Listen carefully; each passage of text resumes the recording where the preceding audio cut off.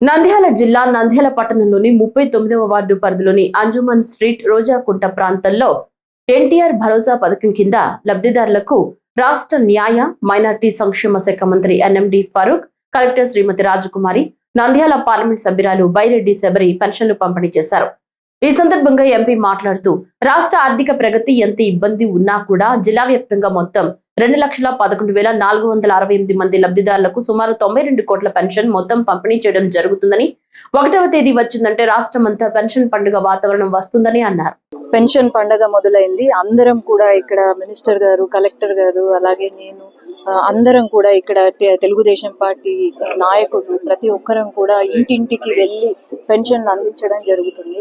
మనము అందరూ ఒకటే గుర్తుపెట్టుకోవాలి, ఎన్ని కష్టాలున్నా ఆర్థికంగా ఎంత ఇబ్బందులు ఉన్నా సరే ఫస్ట్ మనం ఆలోచన చేసేది పెన్షన్ కార్యక్రమం, పెన్షన్లు ఇచ్చేయాలి 1వ తారీఖు రాగానే అనే ఉద్దేశంతో సీఎం గారు కూడా ఈరోజు పెన్షన్ డిస్ట్రిబ్యూషన్ కార్యక్రమంలో ఉంటున్నారు. దీనికి ఒక ఉదాహరణ నాకు తెలిసి భారతదేశంలోనే ఎక్కడా ఉండదు. అందరూ నాయకులు అందరూ కూడా 1వ తారీఖు వచ్చిందంటే ప్రతి ఒక్కరి ఇంటికి వెళ్ళి పెన్షన్ కార్యక్రమం, పెన్షన్లు ఇవ్వడం జరుగుతుంది.